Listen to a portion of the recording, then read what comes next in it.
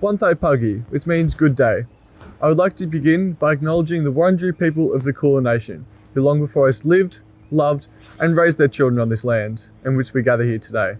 I would like to extend my respects to the elders past, present, and emerging, and to the Aboriginal and Torres Strait peoples, and to all those who may be viewing this video.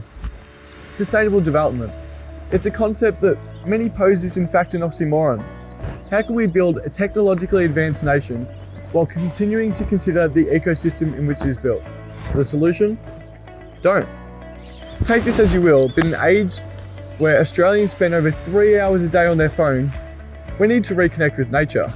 Hence, I propose my shelter cooking amenities, an opportunity to encourage tourists to experience the outdoors in a protected and enjoyable environment.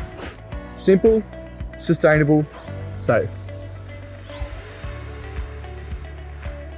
With the help of Engineering Without Borders and Centre for Appropriate Technology, researchers found that there is a need for replicable visitor shelters amongst the Cape York region in northern Queensland, in order to positively promote tourism in a sustainable and enticing way.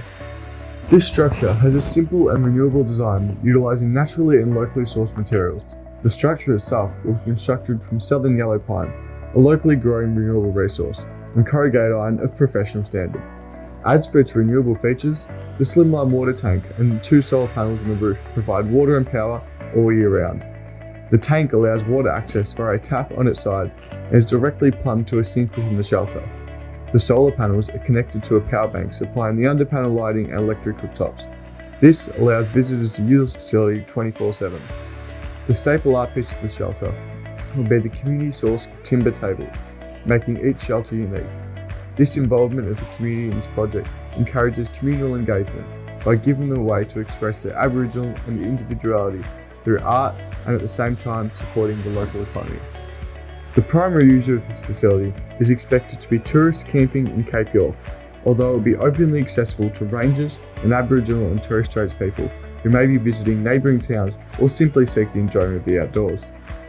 The predominant beneficiaries are the users of the facility itself, meaning this proposal is most likely to be taken up by local shires, councils and/or third-party organisations.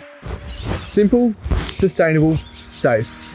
Although this design was primarily focused for the extended dry and heavy wet seasons of Cape York, its simple, replicable functionality allows structures to be built across other parts of Central Australia and has global potential, again seeing uses in regions of Timor-Leste, Papua New Guinea and parts of Africa.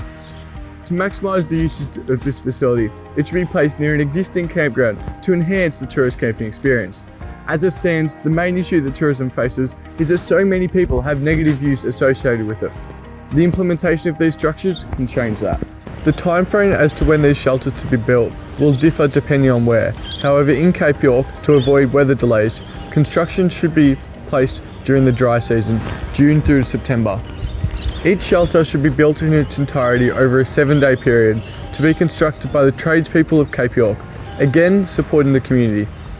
Beginning with delivery of shelter materials such as pine from Cape York timber, followed by the amenities and wooden furniture, the shelter design is simple enough that it requires no external training to construct. As soon as it is finished, the community will begin to see the benefits immediately and will do for years to come.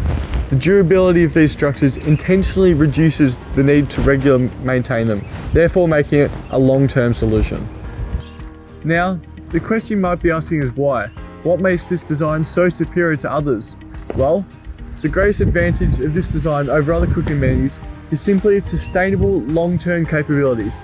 Unlike potentially cheaper options made from manufactured materials overseas, this design encourages community involvement and, very importantly, societal recognition.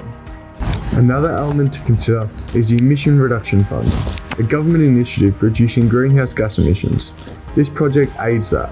Similarly, humanitarian and ethical engineering are 2 additional measures considered that explore the needs of the end user and what is both physically and morally appropriate. Aspects of the design, such as the tap placement and shelter size, have all been done with the users in mind. This shelter cooking amenities is designed to give the highest quality, functionally, and therefore the greatest solution. I'd like to again acknowledge the traditional custodians of this land and appreciate your time today. Thank you. Wante Punga.